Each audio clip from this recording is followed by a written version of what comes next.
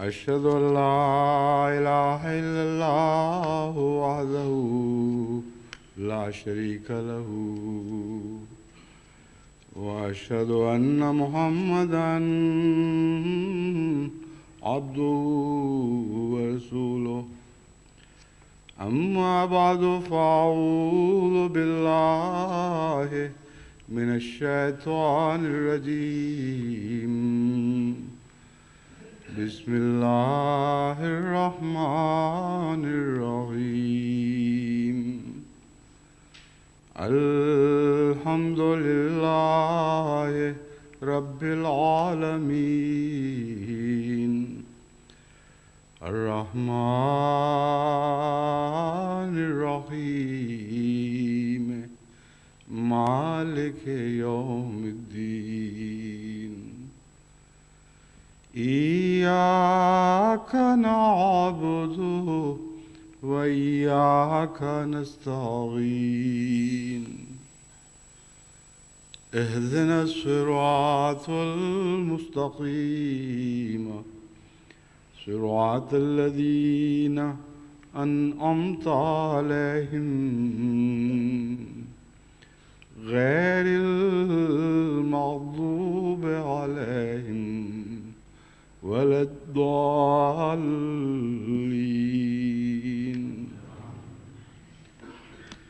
ربنا هب لنا من أزواجنا وذرياتنا قرة أعين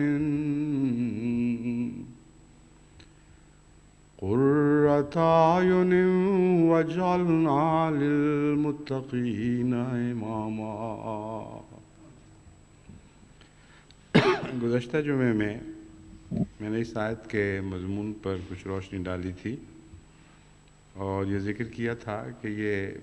بہت ہی وسیع مطالب پر حاوی آیت ہے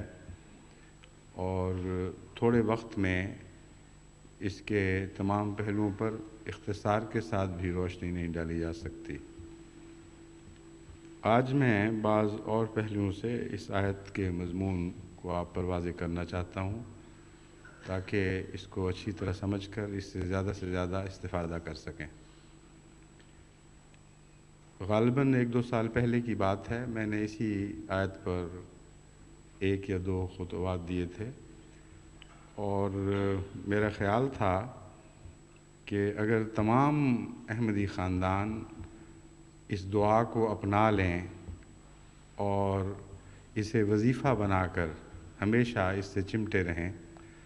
تو اس کے نتیجے میں ہمارے معاشرے میں عظیم الشان پاکیزہ تبدیلیاں پیدا ہو جائیں گی اور وہ تمام گھریلو مسائل جن کو نہ امور عامہ حل کر سکتی ہے نہ قضا حل کرنے میں کامیاب ہو سکی، وہ اسی آیت کی برکت سے سلجھ جائیں گے۔ لیکن چونکہ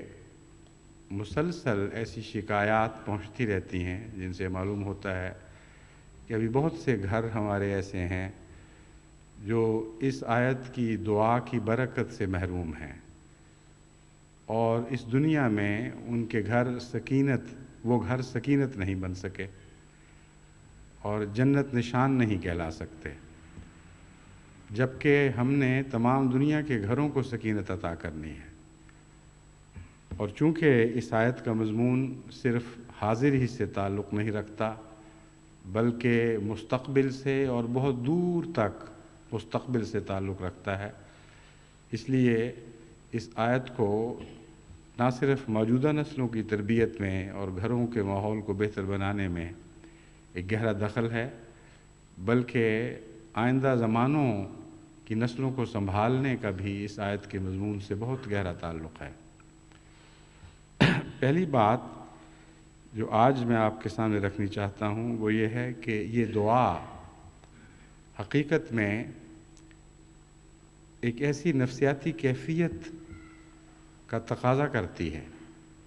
جو اگر حاصل ہو جائے تو اس دعا کی قبولیت کا ایک نشان وہیں اسی دل میں ظاہر ہو جاتا ہے، اور اگر حاصل نہ ہو تو جتنا چاہیں یہ دعا کرتے چلے جائیں، اس دعا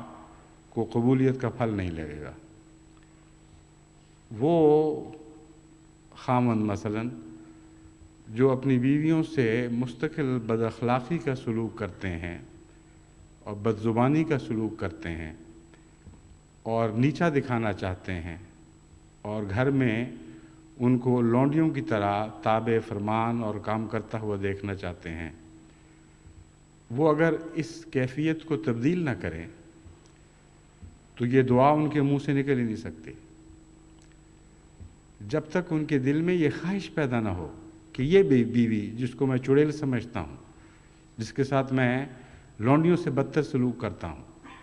جس کی اب اس کی اولاد کے سامنے بے عزتی کرتا ہوں، میں اس بیوی سے تسکین مانگ رہا ہوں، کیسے ممکن ہے؟ بس جو شخص واقعتاً دل کے خلوص کے ساتھ اسی بیوی سے تسکین چاہتا ہے جس سے وہ بدسلوکی کر رہا ہے، جب تک اپنی کیفیت میں اور اپنے سلوک میں تبدیلی پیدا نہیں کرتا، اس وقت تک نہ یہ دعا اس کو زیب دیتی ہے، نہ اس کے منہ سے نکل سکتی ہے، اور اگر کرے گا بھی تو ایک کھوکھلی اور بے معنی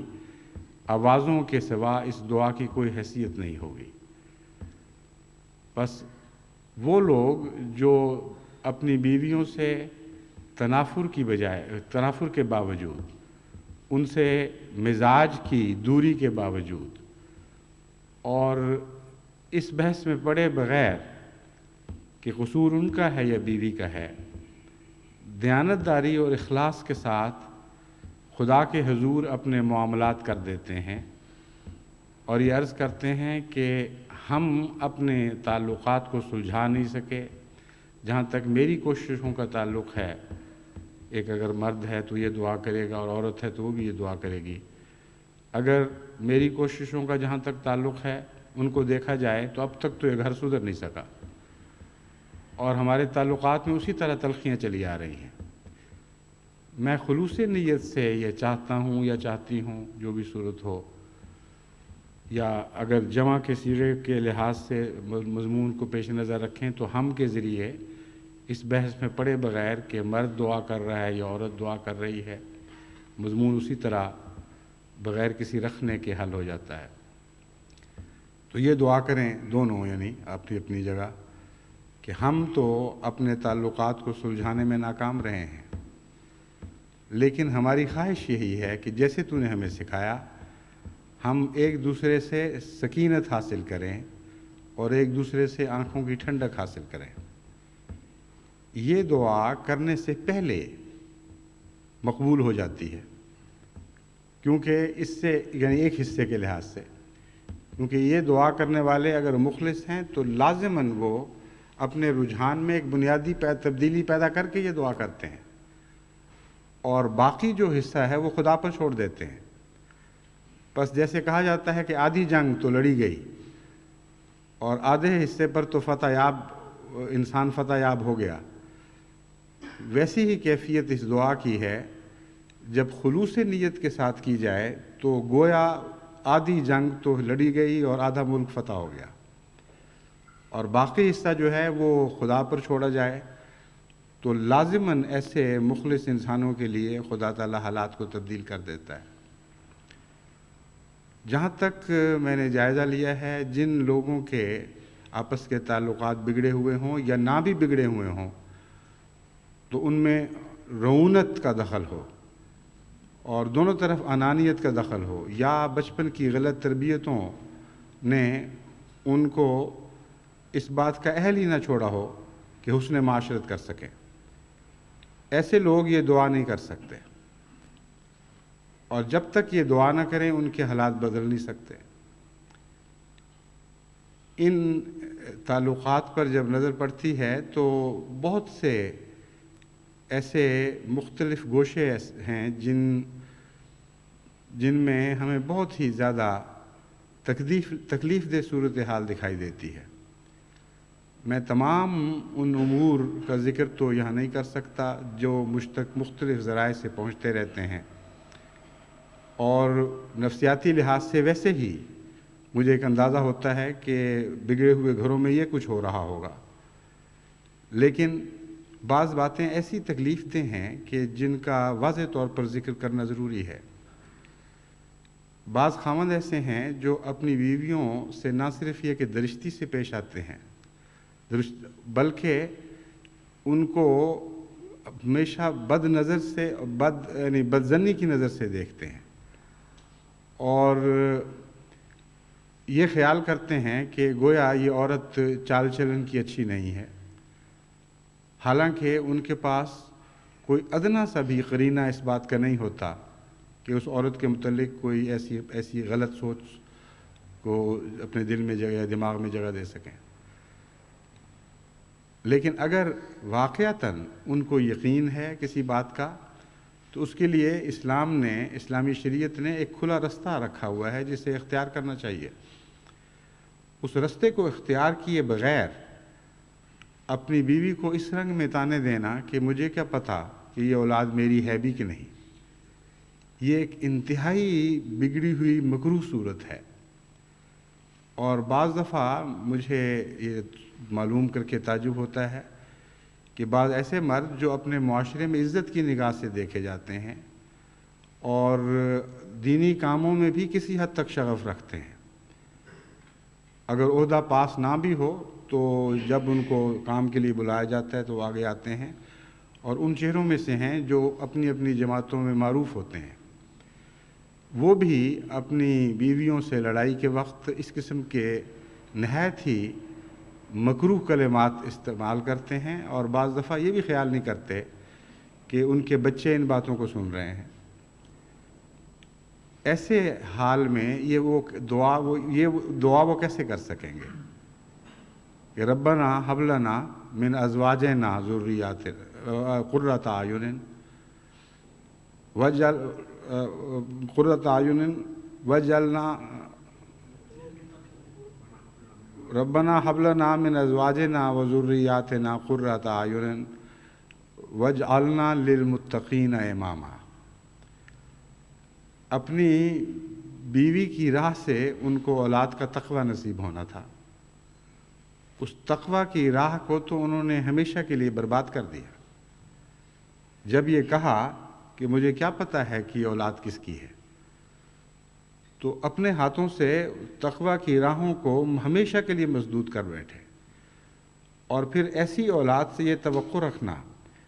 کہ وہ ایسے باپ کا ادب کرے گی اور آئندہ صحیح راہوں پر عمل رستوں پر چلے گی، آئندہ معاشرے کے لیے، آئندہ زمانے کے معاشرے کے لیے خوشخبریاں لے کے آگے بڑھے گی، یہ بالکل ایک عبث توقع ہے۔ اور عملاً یہ لوگ نہ صرف اپنے حال کو تباہ کرتے ہیں بلکہ دور تک مستقبل میں ان کے نفس کی تلخیاں معاشرے میں زہر گھولتی رہتی ہیں۔ بس یہ دعا ایسے لوگوں کو نہ زیب دیتی ہے نہ وہ سوچ سکتے ہیں کہ ہم کریں، لیکن جب تک دعا کے ذریعے مدد نہ مانگیں، قرآن کریم ہمیں بتاتا ہے کہ اللہ تعالیٰ کو تمہاری کچھ بھی پرواہ نہیں، اور اگر تم دعاؤں کے ذریعے مجھ سے مدد نہیں مانگو گے تو فرماتا ہے کہ تمہیں میں اس طرح چھوڑ دوں گا کہ گویا مجھے تمہارے عواقب کی کچھ بھی پرواہ نہیں، کس حال میں تم کس بد انجام کو پہنچو، مجھ سے تمہارا تعلق کٹ گیا۔ اور یہ مضمون اسی دعا کے بعد بیان کیا گیا ہے۔ تو اس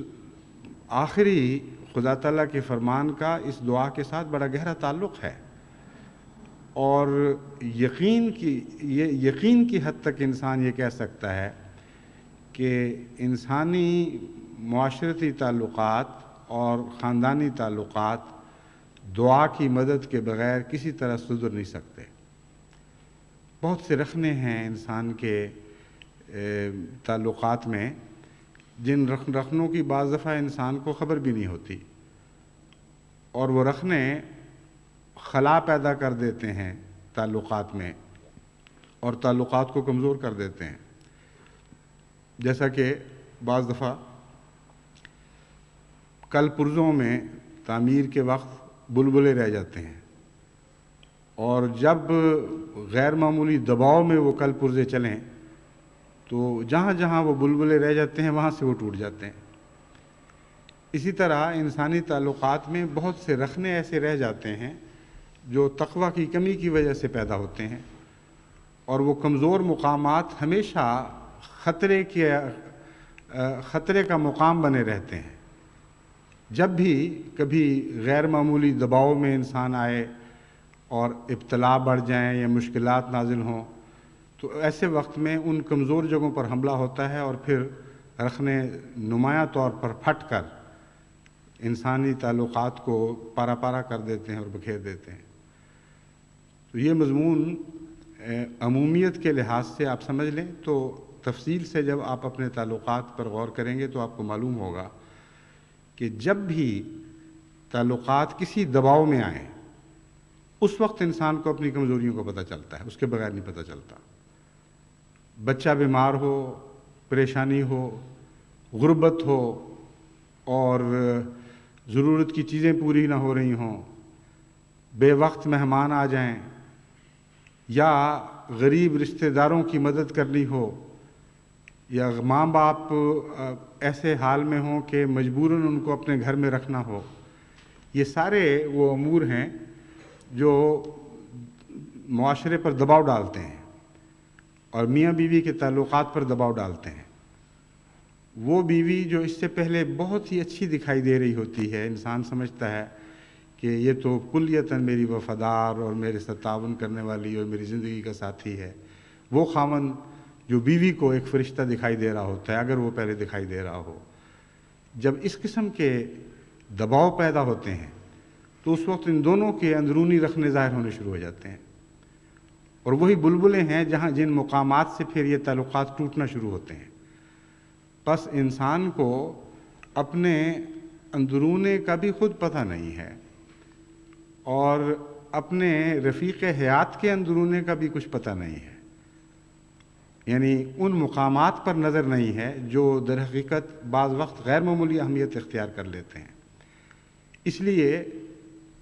جو بھی چاہیں آپ تعلقات کو بہتر بنانے کے لیے کوششیں کریں، جب تک دعا سے مدد نہیں مانگیں گے آپ کے تعلقات سدھر نہیں سکتے اور آپ خطرات کے مقام سے باہر نہیں آ سکتے. اللہ تعالیٰ کی نظر ہے ان باتوں پر، اور جب انسانی تعلقات دباؤ میں آتے ہیں تو تقویٰ کام آتا ہے، اس وقت حسن خلق کام نہیں آیا کرتا، کیونکہ اخلاق کی بنیاد بعض دفعہ تقویٰ پر ہوتی ہے اور بعض دفعہ ایک عام تربیت پر ہوتی ہے. یعنی دنیا میں ایک انسان کو جس قسم کی تربیت میسر آئے اس کی وجہ سے اخلاق پر اچھا اثر پڑ سکتا ہے. اور بعض قوموں کے جو خدا کے قائل نہیں بھی ہیں اخلاق اچھے ہوتے ہیں، لیکن وہ اخلاق جو تقویٰ پر مبنی نہ ہوں، جو خدا کی ذات پر ایمان پر مبنی نہ ہوں، وہ دباؤ میں آ کر ہمیشہ بے ایمانی اور بے حقیقت ہو جایا کرتے ہیں. بس ظاہری اخلاق کے لحاظ سے آپ کا گھر چاہے جنت بھی بنا ہوا ہو، اگر ان اخلاق کی بنیاد تقویٰ پر نہیں ہے تو ہرگز اس جنت کو بقا کی کوئی ضمانت نہیں ہے. لیکن اگر تقویٰ پر مبنی ہے تو جتنا زیادہ مشکل پیش آئے اتنا ہی زیادہ انسان کو ایک دوسرے کی خوبیوں کا علم ہونا شروع ہو جاتا ہے. مصیبت کے وقت اگر بیوی قربانی کر رہی ہے اور تعاون کر رہی ہے، اگر مشکل کے وقت خاوند قربانی کر رہا ہے اور تعاون کر رہا ہے، تو چونکہ یہ تعاون تقویٰ کی بنا پر ہوتا ہے اور معاشرے کے دباؤ کے خلاف ہوتا ہے،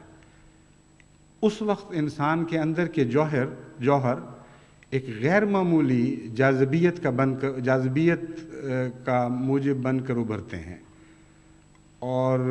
ایسے واقعات کے گزر جانے کے بعد میاں بیوی کے تعلقات پہلے سے بہت زیادہ بڑھ جاتے ہیں.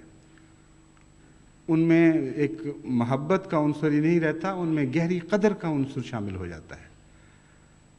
بس اس دعا کو غیر معمولی اہمیت دینے کی ضرورت ہے اور اس کے مضمون کو سمجھنے کی ضرورت ہے. جب تک آپ کے دل میں سب سے پہلے یہ نیت، یقین پوری صفائی کے ساتھ اور خلوص کے ساتھ پیدا نہ ہو کہ میں نے اپنے ساتھی سے تسکین کی طلب کرنی ہے اور اپنے مولا سے طلب کرنی ہے. میں واقعتاً چاہتا ہوں کہ جیسا بھی میرا زندگی کا ساتھی ہے، اپنی برائیوں سمیت،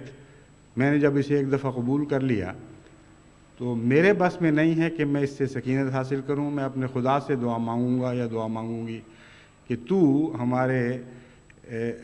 لیے ہمارے درمیان ایک دوسرے کے لیے سکینت رکھ دے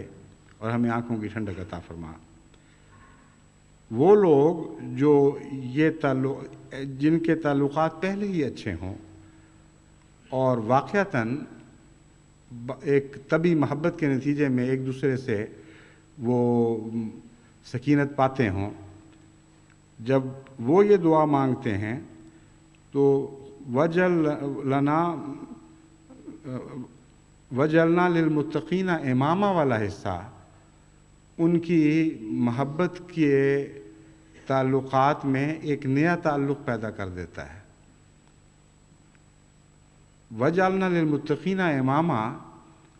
کا ٹکڑا ان کو یاد کراتا ہے کہ آپ کو جو ایک دوسرے سے تسکین ملتی ہے وہ محض ظاہری انسانی تعلقات کی بنا پر ہے، اور اس تسکین کے نتیجے میں آپ کی اولاد اور آپ کے مستقبل کی کوئی حفاظت نہیں ہو سکتی. جب تک یہ دعا کا حصہ ساتھ شامل نہ کرنے کہ وجعلنا للمتقین امامہ، اس وقت تک ان تعلقات کا کوئی دائمی فائدہ نہیں ہے. اگر وہ قائم بھی رہیں اور ابتلاؤں میں نہ بھی ٹوٹیں تب بھی ایسے تعلقات کے نتیجے میں اولاد فیض نہیں پا سکتی جب تک ان تعلقات میں تقویٰ کا عنصر شامل نہ ہو جائے. بس دعا کا یہ دوسرا حصہ وجعلنا للمتقین امامہ انسان کی توجہ ان تعلقات کے معال اور مقاصد کی طرف پھیر دیتا ہے، اور انسان کو یہ خیال پیدا کرتی ہے یہ دعا کہ ہمیں صرف حال پر راضی نہیں رہنا چاہیے بلکہ مستقبل کی تلاش کرنی چاہیے. اور جب تک ہم متقیوں کے پیش رو نہ بن جائیں اس وقت تک ہمیں آپس کے تعلقات میں خوش ہونے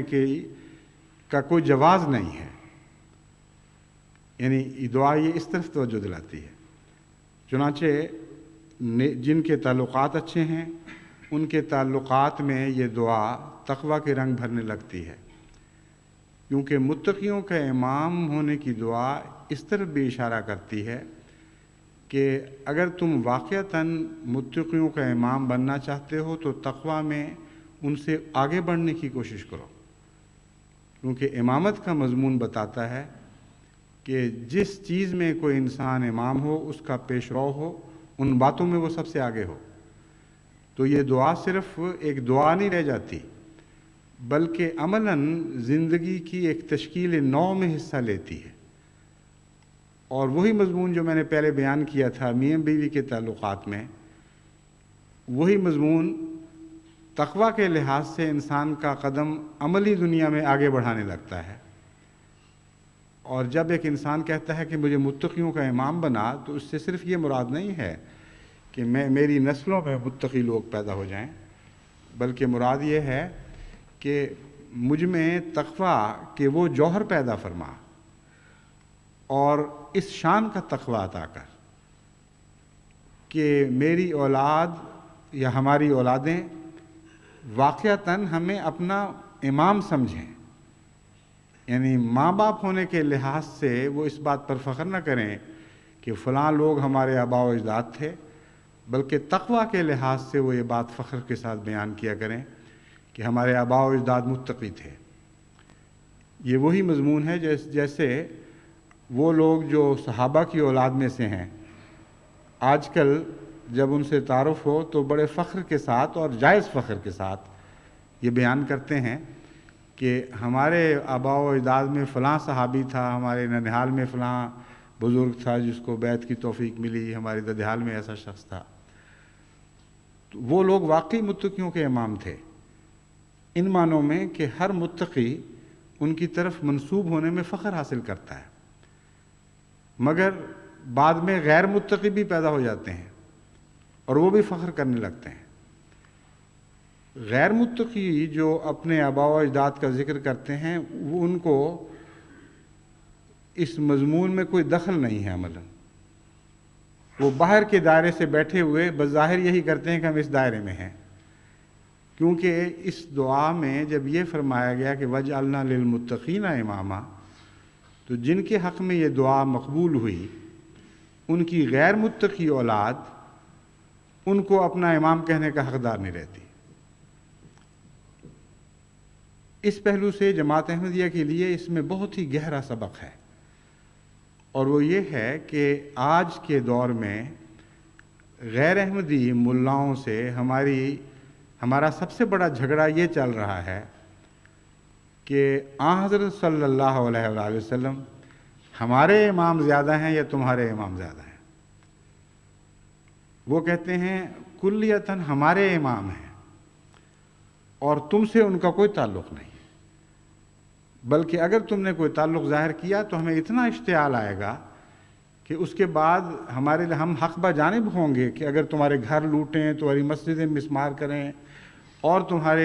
تمہیں قتل کریں یا تمہارے بچوں کو اذیتیں دیں، کیونکہ تم نے ہمارے امام کو اپنا بنا لیا. اور احمدی یہ کہتے ہیں کہ اصل تو ہمارے ہی امام ہیں. اب اس جھگڑے کو کیسے نپٹایا جائے یہ سوال پیدا ہوتا ہے. یہ ایسا جھگڑا تو نہیں جیسے بچے آپس میں لڑتے ہوں کہ ہمارا باپ زیادہ ہے تمہارا باپ زیادہ ہے، اور ماں باپ اگر موجود ہی نہ رہے ہوں تو کس سے پوچھے کوئی کہ کس کا کوئی زیادہ تھا. اب قرآن کریم نے ہمیں یہ نقطہ سمجھا دیا اور پہچان کی ایک کسوٹی ہمیں عطا کر دی، تاکہ آئندہ جب کبھی بھی امت میں یہ جھگڑے پیدا ہوں کہ محمد مصطفیٰ صلی اللہ علیہ وآلہ وسلم کس کے زیادہ ہیں، تو یہ آیت کسی کے حق میں گواہ بن کر کھڑی ہو جائے اور یہ بتائے کہ اس کے زیادہ ہیں اس کے نہیں ہیں یا اس کے بالکل نہیں ہیں. بس وہ لوگ جو تقوی میں ترقی نہیں کرتے ان کو یاد رکھنا چاہیے کہ یہ دعا کسی اور کے حق میں مقبول ہوئی ہو یا نہ ہوئی ہو، ہمارے آقا و مولا حضرت رسول اکرم صلی اللہ علیہ وآلہ وسلم کے حق میں لازماً اپنی تمام شان کے ساتھ مقبول ہو چکی ہے. بس اس کا دوسرا پہلو یہ ہے کہ خدا نے آپ کی حفاظت فرما دی ہے، فرمایا ہے کہ آئندہ کے لیے تم میری نظر میں ہمیشہ متقیوں کے امام ہی رہو گے اور غیر متقیوں سے تمہارا کوئی تعلق نہیں. بس آن حضرت صلی اللہ علیہ وآلہ وسلم نے اسی دعا کی مقبولیت کو پیش نظر رکھتے ہوئے جب یہ فرمایا کہ آئندہ امت میں یہ خرابیاں پیدا ہوں گی، تو وہ بدخلق اور ظاہر بین علماء جن کے متعلق فرمایا کہ وہ آسمان کے نیچے بدترین مخلوق ہوں گے، ان کے متعلق یہ نہیں فرمایا علمائی میرے علماء، فرمایا علماؤہم شر من تحت عظیم السماء. ایسے بدخلق اور گندے علماء کا میرے سے کیا تعلق، میں تو متقیوں کا امام ہوں. اس لیے یہ غیر متقی جو ہیں ان لوگوں کے امام ہوں گے جن کے ماننے والے بھی پھر غیر متقی. تو اس جھگڑے کا حل تو کتنا آسان ہو گیا اور کتنا واضح، اور کہیں باہر پوچھنے کے لیے جانے کی ضرورت نہیں رہتی. وہ تمام رہنما اور سردار جن کی قوم دن بدن گند میں بڑھتی چلی جا رہی ہے اور بد اخلاقیوں میں بڑھتی چلی جا رہی ہے اور تقوی سے ان کا دور کا بھی تعلق نہیں رہا، جن میں ہر قسم کی بدی عام ہو گئی ہے، جھوٹ عام ہو گیا ہے، فساد عام ہو گیا ہے، ایک دوسرے کے حق مارے جا رہے ہیں اور بچے اغوا کیے جا رہے ہیں، معصوم لوگوں کی عزتیں لوٹی جا رہی ہیں، ہر قسم کے جرائم عام ہیں اور عزت کا نشان طاقت بن چکی ہے، طاقت بن چکا ہے۔ جس کے پاس طاقت زیادہ ہے، جس کے پاس جتھا زیادہ ہے، جس کے ساتھی زیادہ ہیں، وہی زیادہ معزز ہے اور اسی کا حکم چلتا ہے۔ یہ سوسائٹی متقیوں کی سوسائٹی تو نہیں کہلا سکتی۔ بس ان لوگوں کے امام جو غیر متقی ہیں، وہ خود متقیوں کے امام بننے کے کیسے مستحق ہو سکتے ہیں؟ اور یہ سارے مل کر حضرت اقدس محمد مصطفیٰ صلی اللہ علیہ وآلہ وسلم کی طرف منسوب ہونے کا کیا حق رکھتے ہیں؟ کیونکہ آپ کو تو خدا نے فرما دیا کہ میں نے تجھے متقیوں کا امام بنا لیا ہے، اور قیامت تک اس امت میں جتنے بھی متقی پیدا ہوں گے محمد مصطفیٰ صلی اللہ علیہ وآلہ وسلم انہی کے رہیں گے۔ کہ دنیا اپنا سارا زور لگائے کہ ان کو آن حضرت صلی اللہ علیہ وآلہ وسلم کے دامن سے کاٹ کے الگ کر دے، مگر ایسا نہیں کر سکے گی، کیونکہ قرآن کریم کی یہ آیت ہمیشہ ان کی حفاظت فرمائے گی، اور ان کا تعلق حضرت اقدس محمد مصطفیٰ صلی اللہ علیہ وآلہ وسلم کے دامن سے مضبوط تر ہوتا چلا جائے گا، کیونکہ وہ تقوی میں ترقی کر رہے ہوں گے۔ بس اس پہلو سے اس دعا کے اس رخ پر بھی نگاہ کریں کہ اس دعا کا انجام بالآخر کیا انجام ہے۔ اس کے دو کنارے ہیں، ایک وہ جو مستقبل کی طرف چلنے والا رستہ ہے، اور اس میں وہ ضروریات ہیں جو ہمیشہ ایک دوسرے کے بعد آتی چلی جائیں گی اور جن کی تقوی کی آپ دعا کر رہے ہیں۔ دوسرے امامت کے لحاظ سے یہ دعا ماضی پہ اثر دکھاتی ہے اور حضرت اقدس محمد مصطفیٰ صلی اللہ علیہ وآلہ وسلم کی ذات تک انسان کو پہنچاتی ہے، اور یہ بتاتی ہے کہ اگر تم متقی نہ بنے تو اس امام کے غلاموں میں تمہارا شمار نہیں ہوگا، کیونکہ اسے خدا نے ہمیشہ کے لیے متقیوں کا امام بنا دیا ہے۔ بس اس پہلو سے جیسا کہ میں نے بیان کیا تھا، یہ دعا ایک حیرت انگیز طور پر وسیع اثر دکھانے والی دعا ہے، اور اس دعا کے بغیر ہم حقیقت میں زندگی کے سانس نہیں لے سکتے، کیونکہ مومن کی زندگی کے سانس تقوی کی صحت سے تعلق رکھتے ہیں۔ جسے تقوی کی صحت نصیب نہ ہو، جس طرح دمے کے مریض کا دم گھٹ جاتا ہے، اس طرح روحانی لحاظ سے اس کا دم گھٹ جاتا ہے۔ بس اس دعا کو اپنی زندگی کا حصہ بنائیں، اور دونوں پہلوؤں کے لحاظ سے، یعنی مستقبل کے لحاظ سے بھی اور ماضی کے لحاظ سے بھی، ہمیشہ سوچ کر اور غور کے ساتھ یہ دعا مانگا کریں، اور خدا تعالیٰ سے مدد مانگیں کہ آپ کو وہ متقی بنائے جو محمد رسول اللہ علیہ وسلم کے غلام بننے کے شایان نشان ہو، اور آپ کی اولاد کو ایسا متقی بنائے کہ وہ آپ کی اولاد کہلانے کی شایان نشان ہو، اور ہمیشہ ہمیش کے لیے یہ تعلقات اسی طرح دونوں سمت میں مضبوط تر ہوتے چلے جائیں۔ لیکن ایک بیچ کا پہلو ہے جس کو اس آیت نے ہمارے سامنے رکھ دیا، کہ جن میاں بیوی کے تعلقات ایک دوسرے سے تقوی پر مبنی نہیں، ان کا نہ ماضی محفوظ ہے نہ مستقبل محفوظ ہے۔ آن حضرت صلی اللہ علیہ وآلہ وسلم نے ایک موقع پر فرمایا کہ خیرکم خیرکم لأہلہ وانا خیرکم لأہلہ، کہ تم میں سے بہترین وہ ہے جو اپنے اہل کے لیے بہترین ہے، اور دیکھو میں اپنے اہل کے لیے بہترین ہوں، یعنی تم سب میں بہترین اس لیے ہوں کہ اپنے اہل کے لیے بہترین ہوں۔ اور اہل کے لیے بہترین ان معنوں میں تھے کہ آپ نے ان کے تمام حقوق ادا کیے، اور ایک حق کا ادنا سا حصہ بھی نہیں رکھا، اور اس کے ساتھ ان کے اخلاق کی نگرانی کی، اور ہمیشہ مسلسل ان کی تربیت کی طرف متوجہ رہے، اور بعض دفعہ راتوں کو اٹھ کر اپنی بیٹی کے گھر جایا کرتے تھے حضرت فاطمہ رضی اللہ تعالیٰ عنہا، اور ان کو اور حضرت علی کو نماز کے لیے جگایا کرتے تھے یا تہجد کے لیے جگایا کرتے تھے۔ یعنی ایسا مستقل آپ کو اپنی اولاد کی تربیت کا دھیان تھا، یا یوں کہنا چاہیے کہ لگن لگ گئی تھی، کہ بلا استثناء کوئی دن ایسا نہیں ہے جب آپ نے اپنی بیگمات، اپنی ازواج مطہرات کی طرف اور اپنی اولاد کی طرف تربیت کے لحاظ سے توجہ نہ کی ہو۔ تو خیرکم سے مراد صرف یہ نہیں ہے کہ دنیا کے معاملات میں ان کے حقوق ادا کرنے والا، بلکہ خیرکم سے مراد یہ ہے کہ اول طور پر دین میں ان کے حقوق ادا کرنے والا اور ان کی ضروریات کا خیال رکھنے والا۔ اس کے بعد جب یہ دعا کی جاتی ہے کہ ربنا ہب لنا من ازواجنا و ذریاتنا قرۃ اعین، تو اس دعا میں غیر معمولی تقویت پیدا ہو جاتی ہے، اس کو قبولیت کا پھل لگنے لگتا ہے۔ اگر اس کے بغیر دعا کریں گے تو اس کا کوئی اثر نہیں ہوگا۔ دعاؤں کے متعلق یہ یاد رکھنا چاہیے کہ انسان یہ سمجھتا ہے کہ دعا وہی مقبول ہوتی ہے جو دل کے جوش کے ساتھ کی جائے، اور بسا اوقات یہ دیکھتا ہے کہ دل کے جوش کے ساتھ دعا کر رہا ہے لیکن اس کو پھل نہیں لگا۔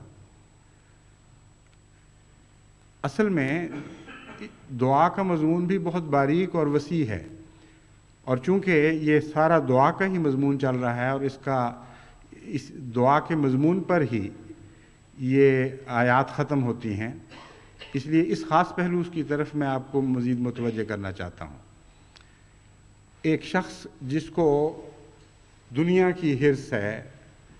وہ روپیہ چاہتا ہے، دولت چاہتا ہے، مکان چاہتا ہے، دنیاوی عزتیں چاہتا ہے، اس کو طبی طور پر ایسی دعاؤں کی لگن ہوگی، اور ان دعاؤں کے لیے اس کے دل میں ایک طبی جوش پایا جائے گا، اور دعائیں کرتا چلا جاتا ہے اور وہ دعائیں مقبول نہیں ہوتی۔ آخر کیا وجہ ہے؟ اس کی وجہ یہ ہے کہ وہ نیکی کے مقامات جن کے لیے اس کے دل میں طبی جوش نہیں ہے، وہ ان مقامات کو حاصل کرنے کے لیے دعا نہیں کرتا، اور اپنی ایک عادت مستمر یعنی جاری رہنے والی عادت کے ذریعے وہ یہ ثابت کر دیتا ہے کہ میری دعائیں صرف میرے نفس کے لیے ہیں، خدا تعالیٰ کے لیے نہیں، اور نیکی کی خاطر نہیں۔ مثلا یہی دعا ہے، یہ دعا ایسی ہے جہاں اگر تعلقات خراب ہوں تو دل چاہتا ہی نہیں دعا کرنے کو، اور دعا کرنا انسان کو محض اس وقت نصیب ہو سکتا ہے جب وہ خدا کی خاطر اپنی طبیعت کے خلاف دعا کر رہا ہے۔ تو ضروری نہیں ہے کہ طبیعت کے مطابق دعائیں قبول ہوں، بعض ایسے مواقع ہیں جہاں طبیعت کے خلاف دعائیں بہت زیادہ مقبول ہوتی ہیں اور بہت زیادہ ان کے اندر قوت پیدا ہو جاتی ہے، اور اس کی مختلف وجوہات ہیں۔ ایک وجہ یہ ہے کہ انسان اپنی طبیعت کے خلاف نیک باتوں کی خواہش کی وجہ سے دعا کرتا ہے، یعنی عموم خواہش سے مراد ہے نیک باتوں کے احترام میں دعا کرتا ہے، اللہ کی خاطر وہ ایک نیکی کو حاصل کرنا چاہتا ہے، دل نہیں چاہتا اس نیکی کو پکڑنے کے لیے۔ کوئی بدی ہے جس میں وہ ملوث ہو چکا ہے، اس سے چھٹکارا نصیب نہیں ہوتا، اور واقعتاً درد دل سے باوجود اس علم کے کہ جس دن یہ بدی مجھ سے چھوٹی میری زندگی کا مزہ ہاتھ سے جاتا رہے گا، پھر دعا کرتا ہے۔ تو یہ دعا طبیعت کے خلاف ہونے کی بجائے زیادہ قبولیت کے اہل ہو جاتی ہے۔ بس جہاں مزاج کے اختلاف ہوں، جہاں میاں بیوی کے درمیان طبی دوریاں ہوں، ایک دوسرے کی صورت پسند نہیں، ایک دوسرے کی عادتیں پسند نہیں، اور بے شمار ایسی دیواریں ہیں جو درمیان میں حائل ہیں، اور پھر اس نیت سے کہ میرا خدا چاہتا ہے کہ میں یہ دعا کروں، اور مستقبل کی نسلوں کی حفاظت کی خاطر میرے لیے ضروری ہے، دین کی خاطر میرے لیے ضروری ہے، طبیعت پر بوجھ ڈال کے مگر خلوص نیت سے یہ دعا کرتا ہے، تو اس دعا میں ویسا ولولہ تو نہیں ہو سکتا جیسے ایک امتحان میں پاس ہونے کی خاطر گھبرایا ہوا اور ڈرا ہوا طالب علم دعا کر رہا ہوتا ہے۔ بعض وہ چیخیں مارتا ہے کہ اے خدا میں تو ذلیل و رسوا ہو جاؤں گا، میرے مستقبل کا انحصار ہے، میں نے سارا سال نہیں پڑھا مگر اب رحم فرما اور مجھے پاس کر دے۔ اور اس دعا میں بظاہر کتنا غیر معمولی جوش پایا جاتا ہے، اور یہ دعا جب آدمی مانگے گا ان حالات میں جو میں نے بیان کی ہیں تو وہ جوش پیدا نہیں ہوگا، لیکن جبر کر کے اپنے اوپر وہ دعا کرے گا، اور میں آپ کو یقین دلاتا ہوں کہ ایسی دعا بظاہر جوش میں کمی کے باوجود زیادہ مقبول ہوگی۔ اور ایسی دعاؤں کے طفیل آپ کی دوسری دعائیں بھی مقبول ہوں گی. یہ نقطہ ہے جس کو آپ کو سمجھنا چاہیے. کیونکہ اگر آپ کی دعائیں محض تبھی خواہشات اور تمناؤں کے تابع ہیں تو ایک پہلو سے آپ اپنی ہوا کی عبادت کر رہے ہیں، اپنی خواہشات کی عبادت کرتے ہیں. اور اس کے متعلق قرآن کریم فرماتا ہے کہ تو جھوٹا خدا ہے، یہ تمہاری آوازوں کو نہ سنے گا نہ قبول کرے گا. بس بظاہر آپ خدا کو مخاطب ہوتے ہیں، مگر جس شخص کی ساری زندگی محض حوائج نفس کے لیے وقف ہو اور اپنی طبی تمناؤں کی پیروی میں وہ دعائیں کرتا ہو، عملاً اس کی دعائیں رائگاں جاتی ہیں اور ان کا نشانہ خدا نہیں ہوتا، ان کا قبلہ کچھ اور ہوتا ہے. اور قرآن کریم نے فرمایا ہے کہ یہ وہ شخص ہے جس نے اپنے نفس کی تمنا کو اپنا معبود بنا لیا ہے. بس بظاہر وہ خدا کا نام لے رہا ہوتا ہے، اب حقیقت میں اپنے نفس کی عبادت کر رہا ہوتا ہے. اس کی دعائیں کیسے مقبول ہو سکتی ہیں؟ ہاں، اگر اس کی دعاؤں کے دائرے میں ایسی دعائیں بکثرت شامل ہو جائیں جس کا اس کے نفس کے رجحانات سے تبھی تعلق نہ ہو اور خالصتاً للہ یا خالصتاً بنی نوع انسان کی خاطر وہ اپنے نفس کو اس طرف مائل کر کے دعائیں کرتا ہو، تو ان دوسری دعاؤں سے شرک کا الزام اٹھ جاتا ہے. پھر ایک نیا مضمون ابھرتا ہے اور وہ یہ ہے کہ یہ ہے خدا کا بندہ جب ایسی باتوں میں بھی دعائیں کر رہا ہے جس میں اس کی خواہش نہیں، تو جو طبی دعائیں ہیں خواہش کے نتیجے میں وہ بھی پاکیزگی کا رنگ اختیار کر لیتی ہیں اور اسی نظر سے دیکھی جانی چاہیے. تو ایسے لوگوں کی دعائیں زیادہ مقبول ہوتی ہیں. حضرت صلی اللہ علیہ وآلہ وسلم نے اس مضمون کو ایک اور مثال میں اس طرح واضح فرمایا کہ وہ دعائیں جن سے تمہیں ڈرنا چاہیے وہ ضرور قبول ہو جاتی ہیں. ان میں ایک ماں کی دعا ہے جو اپنی اولاد کے خلاف ہو. دیکھیں کتنا عظیم الشان اور کتنا گہرا نقطہ بیان فرما دیا. یہ نہیں فرمایا کہ ماں کی دعا جو اپنی اولاد کے حق میں ہو وہ ضرور قبول ہوتی ہے، کیونکہ ہر ماں گندی ہو یا نیک ہو، پاک ہو یا ناپاک ہو، اپنی اولاد کے حق میں تو بعض دفعہ دہریہ بھی ہو تو دعائیں کرتی ہے، بے اختیار کرتی ہے، کیونکہ اس کو تبھی محبت ہے. وہ دعائیں چونکہ نفس کی خاطر ہیں اس لیے ان کی قبولیت کی کوئی ضمانت نہیں ہے. نیک مائیں جب یہ دعائیں کریں گی تو پھر اس لیے مقبول ہوں گی کہ وہ دوسری جگہ بھی اپنی دعاؤں میں خدا کی خاطر التجائیں کرنے کی عادی ہوتی ہیں، اس لیے وہ ضرور مقبول ہوں گی، اس سے انکار نہیں. لیکن مائیں اگر فطرت کے خلاف کسی بچے کو بد دعا دیتی ہیں تو اپنے مزاج کے خلاف بات کر رہی ہیں. اور دیکھیں ایک اور مثال ایسی ہے جہاں مزاج کے مطابق دعاؤں کی تو ضمانت نہیں دی جا سکتی، مگر مزاج کے خلاف دعا کرنے کی ضمانت ہے کہ وہ ضرور مقبول ہوگی. تو دعاؤں کے مضمون کو جب سمجھ لیں اور ان کی گہرائی تک پہنچیں تو دعاؤں کے اسلوب آ جاتے ہیں، دعاؤں کا سلیقہ نصیب ہوتا ہے اور انسان کو سمجھ آ جاتی ہے کہ کیوں بعض دفعہ میری عمر بھر کی گریہ اوزاری بیکار گئی ہے اور کیوں بعض دفعہ جوش پیدا ہوئے بغیر دل سے ایک خیال اٹھتا ہے اور وہ مقبول ہو جاتا ہے. دعاؤں کو بھی تقویٰ کا لباس پہنانا پڑتا ہے، یہ ہے آخری نقطہ، اور اس کے بغیر دعائیں بارگاہ الہی میں مقبول نہیں ہو سکتی. پس ربنا ہب لنا من ازواجنا و ذریاتنا قرۃ اعین واجعلنا للمتقین اماما کی دعا کو اس مضمون کو سمجھتے ہوئے مستقل مانگنے کی عادت ڈالیں، اور جب یہ دعا کیا کریں تو اپنے تعلقات کے دائرے پر، اپنے تعلقات پر نگاہ کیا کریں کہ ان کی کیا نوعیت ہے، آپ واقعتاً ان کو بدلنے کے لیے تیار ہیں بھی کہ نہیں، اگر ہیں تو کیا کوشش کر رہے ہیں،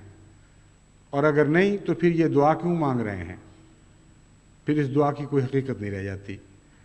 بس اس گہری اور تفصیلی نظر سے جب آپ صداقت کے ساتھ حالات کا جائزہ لیتے ہوئے اس دعا کے ذریعے اپنے معاشرتی تعلقات اور اہلی تعلقات کو بہتر بنانے کی کوشش کریں گے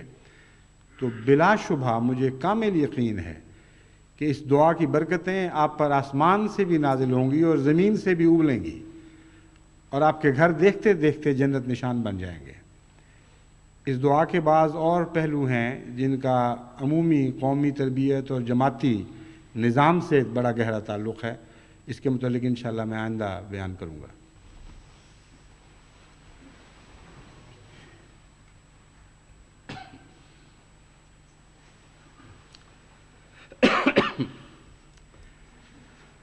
الحمد لله نحمده ونستعينه ونستغفره ونؤمن به ونتوكل عليه ونعوذ بالله من شرور أنفسنا ومن سيئات أعمالنا من يهده الله فلا مضل له ومن يضلله فلا هادي له ونشهد أن لا إله إلا الله وحده لا شريك له ونشهد أن محمدًا عبده ورسوله عباد الله رحمكم الله إن الله يأمر بالعدل والإحسان وإيتاء ذي القربى وينهى عن الفحشاء والمنكر والبغي